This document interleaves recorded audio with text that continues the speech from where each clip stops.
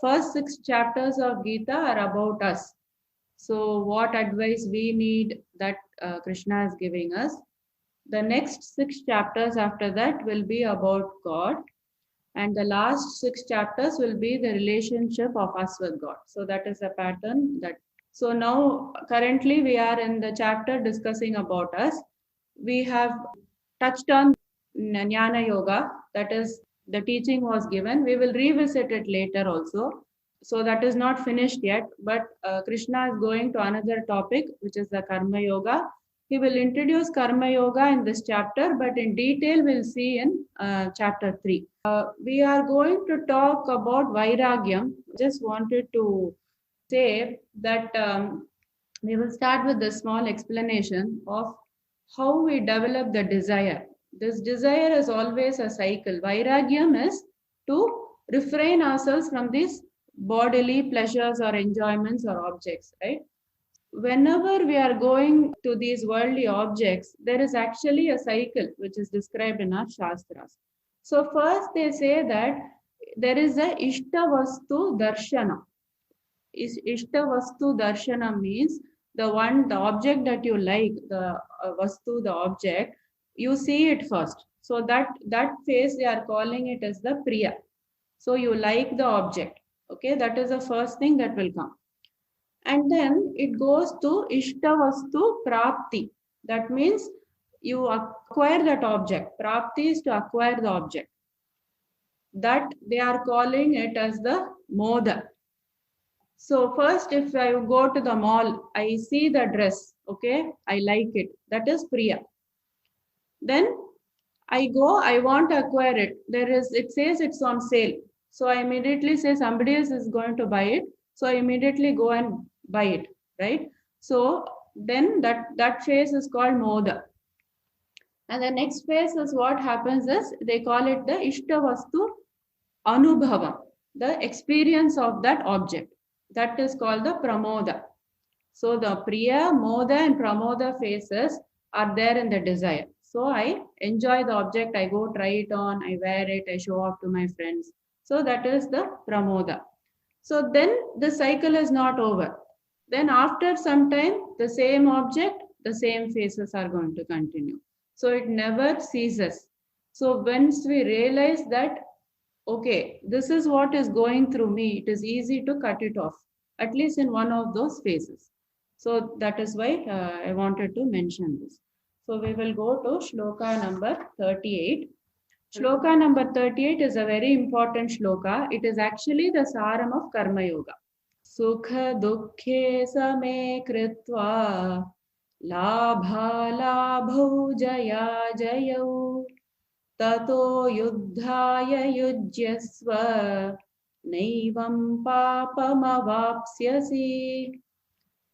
Sukha means happiness, dukkhe means distress. Then we will leave these two words and go to labha alabho. So labha means profit, alabha means loss. And jaya ajayau. Jayaha is victory, ajayaha is defeat. Same kritva. So what should we do? Be in equanimity. Same is in equanimity, kritva is doing. In this you be equanimous. Sukha dukkhe same kritva labha labhau jaya jayo tato yuddhaya yujyasva. Tataha means thereafter. Yuddhaya is for the sake of fighting. Yujyasva is engage in the fight. So you engage in the fight, discarding all these dualities. Na evam papam avapsyasi. Na is never, evam is in this way. Papam is sinful reaction, avapsyasi is you will gain. So you will never get a sinful reaction if you disregard the dualities of the sukha dukkha, the labha, which is the gain, and alabha, which is the loss, and jaya and ajaya, which is the victory and defeat. So actually what he is saying here is, he says you have to be equanimous. But how to be equanimous? What is he actually saying?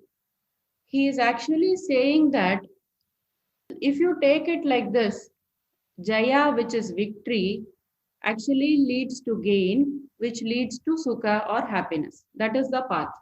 If we say we are victorious, then there is some gain and then we are happy. The other path we have is when we have a defeat, what happens? We think that there is a loss and then there is asukam or there is sorrow. So this is the two paths that we will take.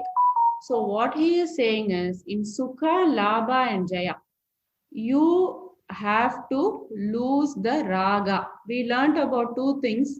Raga is the attachment and dvesha is the aversion. In ajaya, alaba and asukha or dukkam, we have to lose the dvesha or the aversion. That means what? That means if I am victorious, okay, I should not be attached to it. If I have a gain, today somebody gave me something, I should not be attached to it. If I have some happiness, then I should not be attached to it, meaning I shouldn't think this will not go away, I want to hold on to it. Everything is flowing in life, like the air just keeps flowing. You cannot catch and keep it. It will flow. The sukham will also flow. So you should not catch and keep it. Don't hold on to victory. Don't hold on to the gain. Don't hold on to the happiness. Never hold on to the money. And dvesha is what? The aversion. What are we doing every day? We do not want this defeat. Somehow we want to prevent the defeat. Somehow we want to prevent the loss. And somehow we don't want this dukkha. We want to push it away. But again, like the same air that flows, it will also come into our lives. It is a part of our lives. Just think about it logically. We said that the human birth, more or less everybody has an equal number of papa and punya. That's why we take this human birth. Suppose we will, of course, have dukkam and sukham, right? It has to keep changing.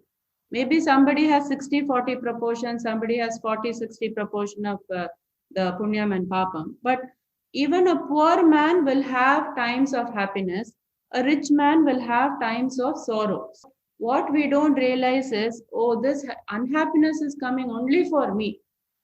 That is not true. This is the reality of life. This is what he says is you should lose your attachment towards these three things and you should lose your aversion to these three things. Then both become equal. So then you are not expecting anything. You are not holding on to anything. Clinging is samsara, we said. And resistance is also samsara. Same words. So clinging and resistance is samsara. Raga and dvesha is samsara. This is what Bhagavad Gita will keep repeating. And it will keep talking about equanimity. But we have to know how to get to that equanimity. 9 is the palan of karma yoga. Esha te bhihita sankhye buddhir yoge tvimam shrunu buddhya yukto yaya partha karma bandham prahasyasi. Esha means all this. Te is to you. Abhihita is described. Sankhya. Sankhya is what we saw was the Jnana Yoga. Okay, it is the Atma Tattva. So he said, I told you everything about this Jnana Yoga, about the Sankhya, and Buddhi Yoge Tvimam Shrunu. So Buddhi Yoga is Karma Yoga. Buddhi is intelligence, Yoga in the work of fruitative result. That is the yoga of this using the intelligence. To Imam Shrunu. You Imam. This Shrunu is here. So you hear about this. I told you already about the Atma Jnana. Now you hear about this Karma Yoga. Buddhya Yukto Yaya Partha. So Buddhya is by intelligence. Yuktaha is having, or it is dovetailed, like it is there, it is ingrained in you. Yaya Partha, by which Partha, the son of Pritha, karma bandham prahasyasi. So this is the most important phrase here. Karma bandham is the bondage of karma. Prahasyasi is you will be released from karma. He is talking about karma yoga, which is action itself. But he is saying you will be released from karma. How? That is what he is going to say in Karma Yoga. So what did he say in Jnana Yoga? In Jnana Yoga, he said, okay, there is something called the Atma. Everything apart from the Atma is Anatma. So he explained the characteristics of the Atma, and you are the Atma. So that is what he taught in Jnana Yoga. So Jnana Yoga itself, if you take, it has three phases. First is Shravanam. Shravanam is hearing. That is what we are doing. What is said in our scriptures is Shravanam. Then you have a next phase which is known as Manana. Manana means clearing the doubts or like contemplation. So that's the next phase. And after that you go to Nididhyasa. Nididhyasa means you internalize it and you deeply meditate upon the meaning of it. I am the Atma, I am the Atma. So you internalize it in Nididhyasa, which is the highest phase, and then you should get to liberation. Moksha is the highest, then Jnana Yoga is the means to get that moksha. So where does Karma Yoga come into place?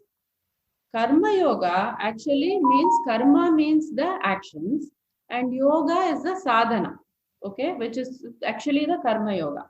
What he is saying is, use this itself as an instrument. Don't go anywhere else. What you are actually doing is, you are going and praying for 15 minutes in a day. And you are thinking your life is separate from God. And everything is separate. Your duties are separate. Everything you are compartmentalizing. That is not correct. Whatever you are doing, you do it with the right attitude. That he is going to tell us.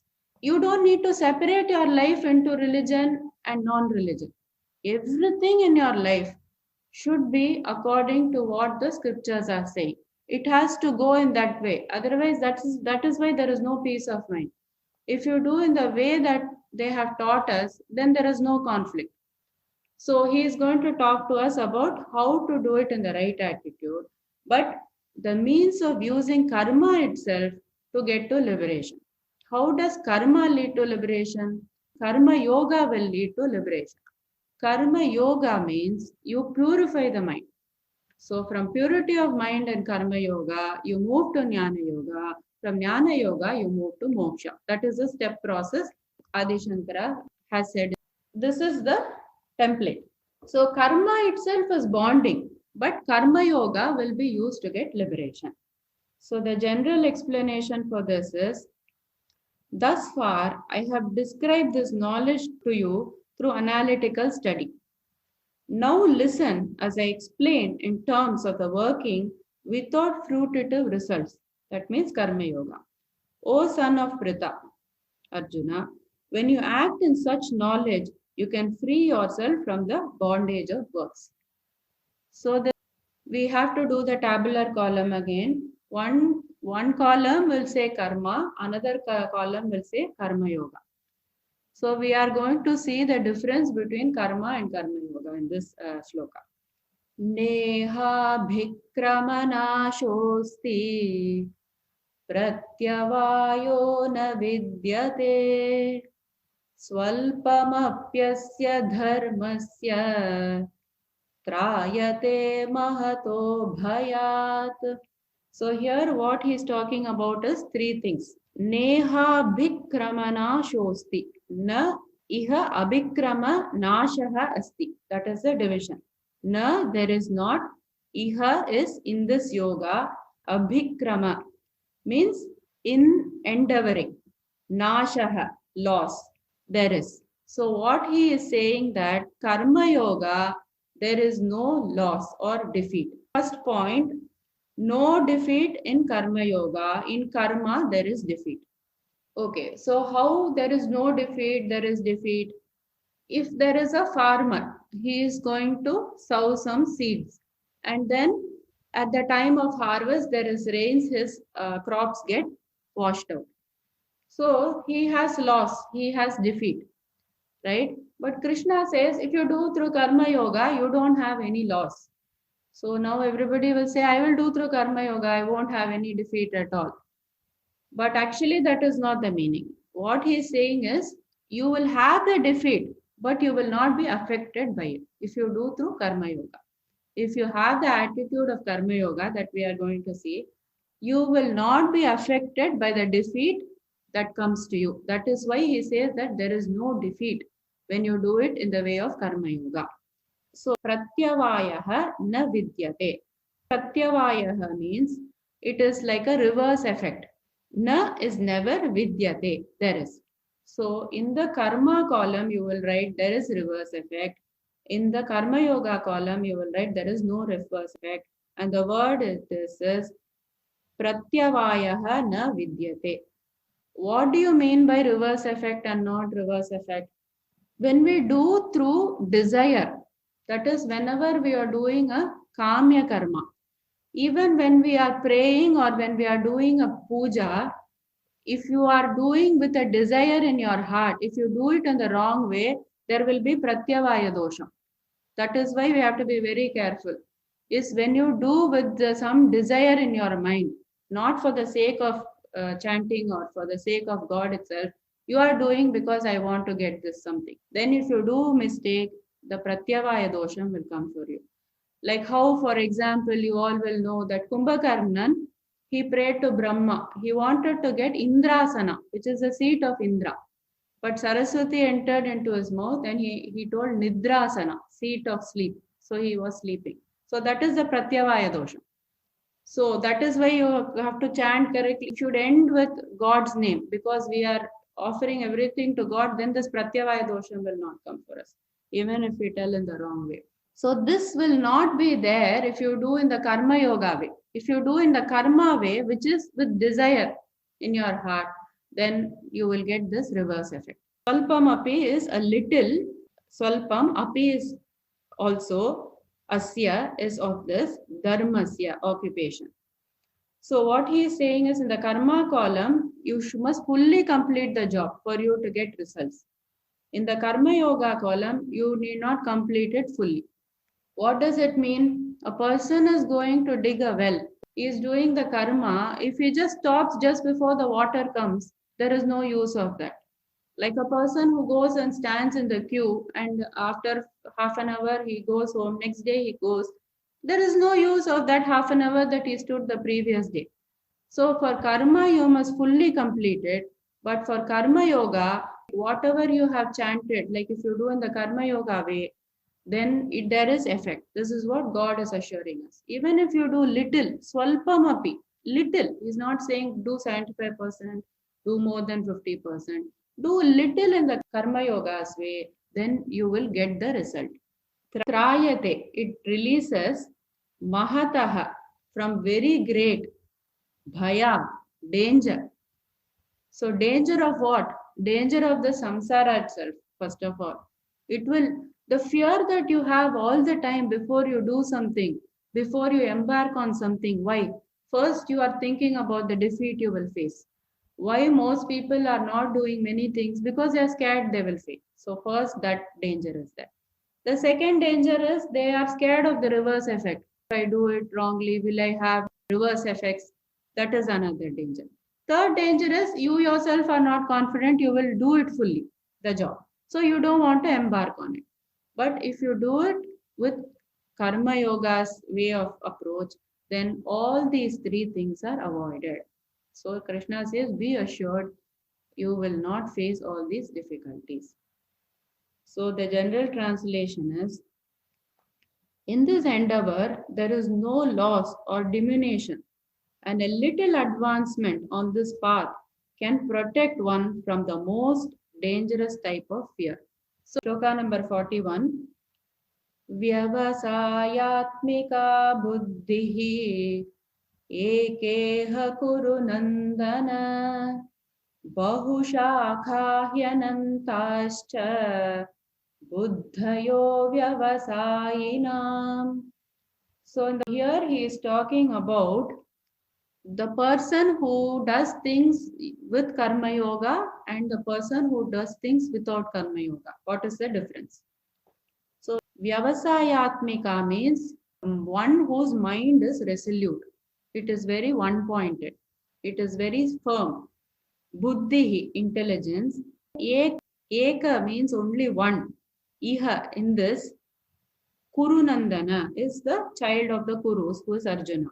So he's saying that if you do with Karma Yoga everything, then you are resolute. Your mind only will go in one direction. Bahushaka means it has many branches. Shaka's branch, Bahushaka, it has many branches. He is indeed Anantaha means unlimited. Cha is also. For the other person who is doing in the samsara, he is just doing the work. That for him, there are so many branches. Because why? There are so many goals. There are so many paths. Buddhayaha.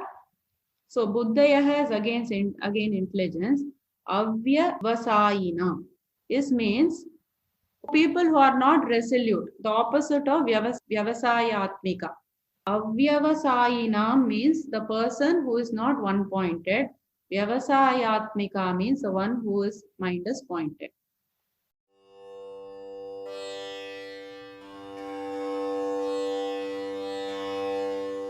The next shloka is the two shlokas, very important. We will read the two shlokas together because it will not give any meaning otherwise. Yamimam pushpitam vacham प्रवदन्त्यविपश्चितः वेदवादरताः Partha नान्यदस्तीति वादिनः कामात्मानः स्वर्गपराः जन्म कर्म फलप्रदां क्रियाविशेषबहुलां भोगैश्वर्यगतिं प्रति. So this shloka, it has to be read in a certain way. So we will see how to read it and then we will go and see the individual meanings. So in this shloka, Krishna is talking about foolish people or the qualities of the foolish people. He is describing them and he is given 5 words to describe them. First is, he says in the first line, Pravadanti avipaschitaha. So the word Pravadantya vipaschitaha is broken as Pravadanti avipaschitaha. So avipaschitaha means people with poor knowledge. So what is the first quality to describe a foolish person? So he has very poor knowledge. Okay, number 1.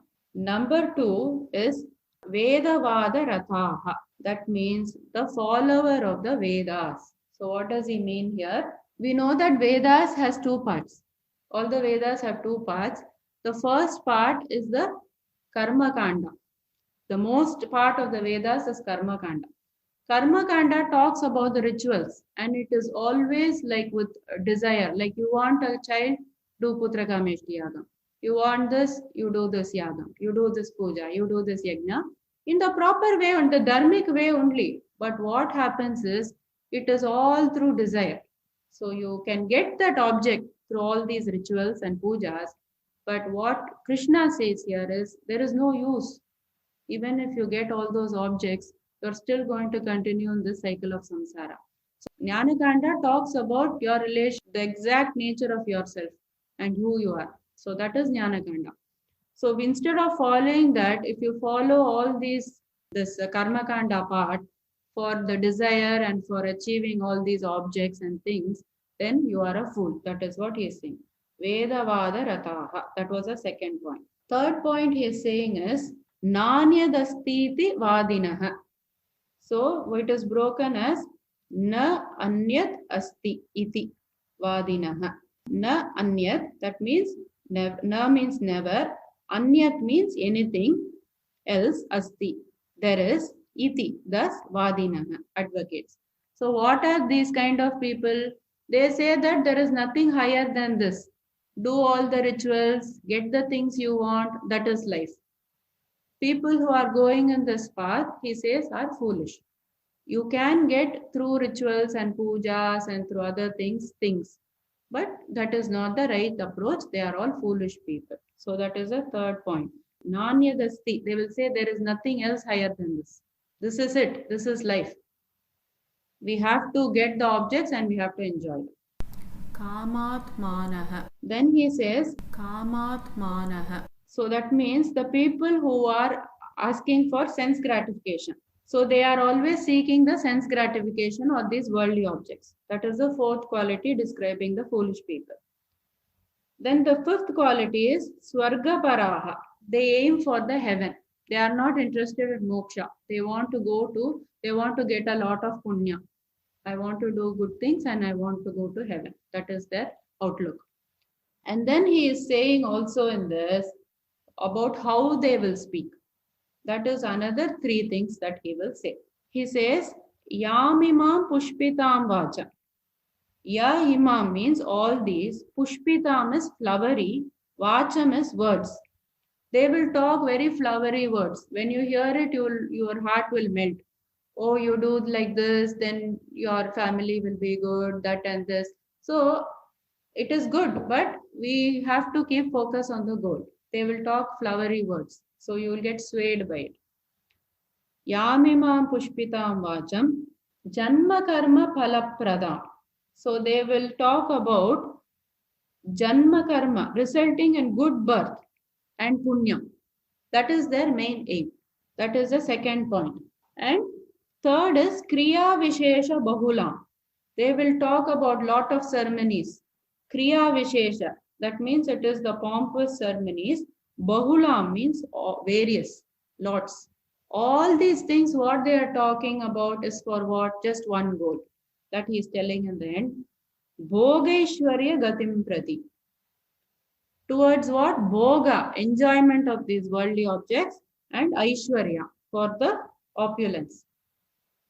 Gatim is going, Prati is towards. To go towards this Bhoga and Aishwarya, they are talking about all these things as foolish people. Whatever is said in the Karma Kanda is the foolish way of life. Do it, but this is not the real objective of your life. We will see the individual meanings now.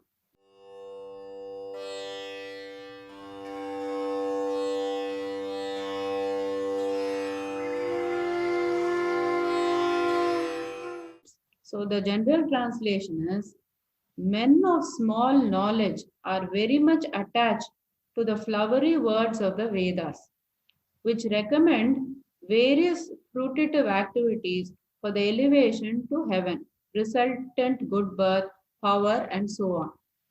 Being desirous of sense gratification and opulent life, they say there is nothing more than this. So Vedas meaning we have to write definitely the Karma Kanda part of the Vedas. So this is a continuation of 42 and 43. Bhogaishwarya prasaktanam taya pahrita chetasam vyavasayatmika buddhihi samadhau na vidhiyate. So what he is saying is, Bhoga, which is the material enjoyment, Aishwarya, which is the opulence, Prasaktana, for those who are attached to it, who are attached to this enjoyments and this opulence, Taya apahrita chetasam. Taya is by such things. Apahrita chetasam is, they have the bewildered mind. Their mind is hijacked. Vyavasayatmika means the person whose mind is resolute or it is fixed in determination. Determination for what? For moksha, or its only goal. Vyavasayatmika buddhihi, that is the intelligence. Samadho is in the controlled mind. Na vidiyate, it does not take place.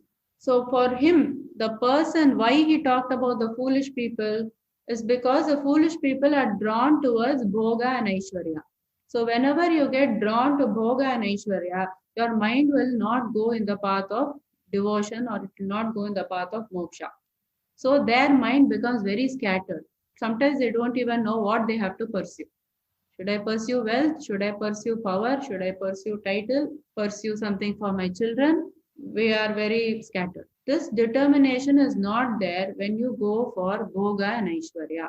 So two things to be concerned about is not to be attached to Bhoga and Aishwarya. So the general translation is, in the minds of those who are too attached to sense enjoyments, material opulence, and who are bewildered by such things, the resolute determination for moksha does not take place.